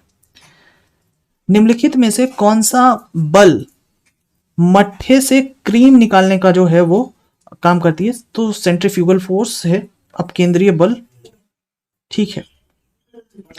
कौन सी तरंग सोनार का में उपयोग की जाती है? साथियों सोनार में जो है वो कौन सी तरंग उपयोग की जाती है? तो वो पराश्रव्य तरंग जो है वो सोनार में उपयोग की जाती है। न्यूट्रॉन की खोज किसने की थी? ईट पर नाच, ये हम लोगों ने याद किया था। मतलब इलेक्ट्रॉन की जो है वो थॉमसन, प्रोटॉन की रदरफोर्ड, और न्यूट्रॉन की चैडविक। तो चैडविक ने जो है वो न्यूट्रॉन की खोज की थी। आज ये जो है पता भी चल गया। ऊपरी मिट्टी का कटाव एवं उर्वरक और कीटनाशकों के बहाव जो है वो जलाशय में एकत्रित हो गए, तो ये किस चीज का उदाहरण है? देखो ऊपरी मिट्टी का कटाव हुआ और उर्वरक बह के चले गए, तो एक तरीके से ये आपका घाटा हुआ। लेकिन वही जो कीटनाशक थे वो भी बह के चल गए। तो घाटा प्लस नुकसान दोनों है कि कीटनाशक थे वो तो चले गए तालाब के अंदर, और उर्वरक जो है वो चले गए। तो प्लस और माइनस दोनों है। तो आप देखेंगे कि एक ऋणात्मक और एक धनात्मक जो है वो हो जाएगा। ऋणात्मक और धनात्मक प्रदूषण के ये जो है वो उदाहरण हो सकते हैं। ठीक है, आप इसका चेक कर लेना आंसर, लेकिन इसका आंसर मुझे लगता है ये होगा। निम्न में से एक ग्रीन हाउस गैस नहीं है, निम्न में से एक ग्रीन हाउस गैस नहीं है, वो कौन है? तो नाइट्रोजन ऑक्साइड नहीं है green house gas, nitrous oxide होता है। ठीक है, तो ये इन्होंने कहा नाइट्रोजन ऑक्साइड, ये नहीं होगा। ठीक है, यही आंसर होगा। ठीक है, पौधे के किस भाग को चरने वाले जानवर कभी नहीं खाते? देखो पौधे का जो है जड़ कभी भी चरने वाले जानवर नहीं खाते। जड़ कौन खाता है भाई? हमारे शरीर में कौन सी कोशिकाएं अन्नाक्षीकरण नहीं करती है? हमारे शरीर की कौन सी कोशिकाएं जो है वो ऑक्सीजन के नहीं रहने पे जो है वो सांस नहीं लेती है, काम नहीं करती, अनाक्सीकरण नहीं करती? कौन सी कोशिकाएं? सबसे ज्यादा कौन सी कोशिकाओं को जो है वो ऑक्सीजन की आवश्यकता होती है? तो मस्तिष्क कोशिकाएं जो है वो अनाक्सीकरण नहीं करती है। इसका आंसर हो जाएगा सी। ठीक है, इसका आंसर हो जाएगा सी। निम्न में से कौन सा तना का रूपांतरण? देखो तना का जो है रूपांतरण जो है वो नागफनी का फिलोक्लेड है। ठीक है, और ये जो है ना ये आपको रिपीटेड है, ये पीवाईक्यू है और ये रिपीटेड है। ये आपको घटना चक्र से जो है, अगर आप घटना चक्र पढ़ेंगे तो वहां से जो है आपको पता चल जाएगा कि जिसमें आलू किसका रूपांतरण है, अदरक किसका रूपांतरण है, तो वो सारी जो है वो उस चैप्टर से पूरा हो जाएगा। तो इसके लिए सोर्स आप पूछेगा कहाँ पढ़ेंगे, तो आप घटना चक्र की जो साइंस की बुक आती है आप उसको पढ़ सकते हैं। ठीक है, साइंस में आसान से प्रश्न इन्होंने पूछे हैं भाई अब तक। बीजाणुकरण के लिए क्या आवश्यक नहीं है? देखो अगर आपको चना को अंकुरित करना है तो क्या क्या आवश्यक चाहिए? चना में को पानी में डालते हैं, नमी चाहिए, ऑक्सीजन चाहिए, तापमान चाहिए, बिल्कुल चाहिए, लेकिन खनिज लवण जो है वो आवश्यक नहीं है। ठीक है, अंकुरन के लिए खनिज लवण की आवश्यकता नहीं होती। ठीक है, अंकुरन के लिए खनिज लवण की आवश्यकता नहीं होती। 147वां नंबर है कि मनुष्य की रक्त की जो पीएच है लगभग 7.4 के आसपास होता है ना, तो 7.35 से लेकर 7.45 के बीच जो है पीएच की वैल्यू होती है। मनुष्य में कलर ब्लाइंड और हीमोफीलिया की बीमारी का कारण क्या है? तो मनुष्य में कलर ब्लाइंड और हीमोफीलिया की जो बीमारी का कारण यह है कि जो एक्स गुणसूत्र होता है ना उसमें जो जिन है वो अपना प्रभाव अगर ना दिखा पाए तो ये कलर ब्लाइंडनेस होता है। तो एक्स गुणसूत्र पे उपस्थित अप्रभावी जिन जो है वही कलर ब्लाइंडनेस का कारण बनता है। बिल्कुल सही है। इसिहारा टेस्ट जो है वो किस चीज के लिए होता है? तो रंग दृष्टिहीनता के लिए जो है इसिहारा टेस्ट होता है। रंग दृष्टिहीनता के लिए इसिहारा टेस्ट होता है। बीमारी पैदा करने वाले जीवाणु स्रवित होते हैं। बीमारी पैदा करने वाले जीवाणु स्रवित करते हैं। ठीक है, बीमारी पैदा करने वाले जो है वो जीवाणु क्या स्रवित करते हैं, यही पूछा जा रहा है आपसे। तो इसका सही उत्तर होगा एंटीजन। ठीक है, ये अंग्रेजी में ये कह रहा है कि एक बताइए कि अ बैक्टीरिया पैथोजिन सेक्रेशन करने वाली बैक्टीरिया क्या सेक्रेट करती है? तो एंटीजन सेक्रेट करती है। ये तो आसान सा प्रश्न हो गया भाई। पैथोजिन सेक्रेट करने वाली बैक्टीरिया एंटीजन सेक्रेट करती है। तो इस तरीके से हमने क्या किया कि जो DSO 2025 जो कल पेपर हुई थी उसके पूरे आंसर को बहुत डिटेल्ड तरीके से हमने आपको आपकी अपनी चैनल पे जो है वो डाला है विथ मैथ के सॉल्यूशंस। विथ मैथ के सॉल्यूशंस उसको भी आप देख पाएंगे। ठीक है, और हमने इसको बहुत अच्छे तरीके से आपके साथ जो है वो डिस्कस करा है। ठीक है, thank you very much. Enough for today. आपको चैनल सब्सक्राइब कीजिए, कमेंट कीजिए, लिखिए, और ये 71वीं BPSC के लिए बहुत बड़ा अपॉर्चुनिटी हो सकता है ये जो हम कर रहे हैं। ठीक है, थैंक यू वेरी मच।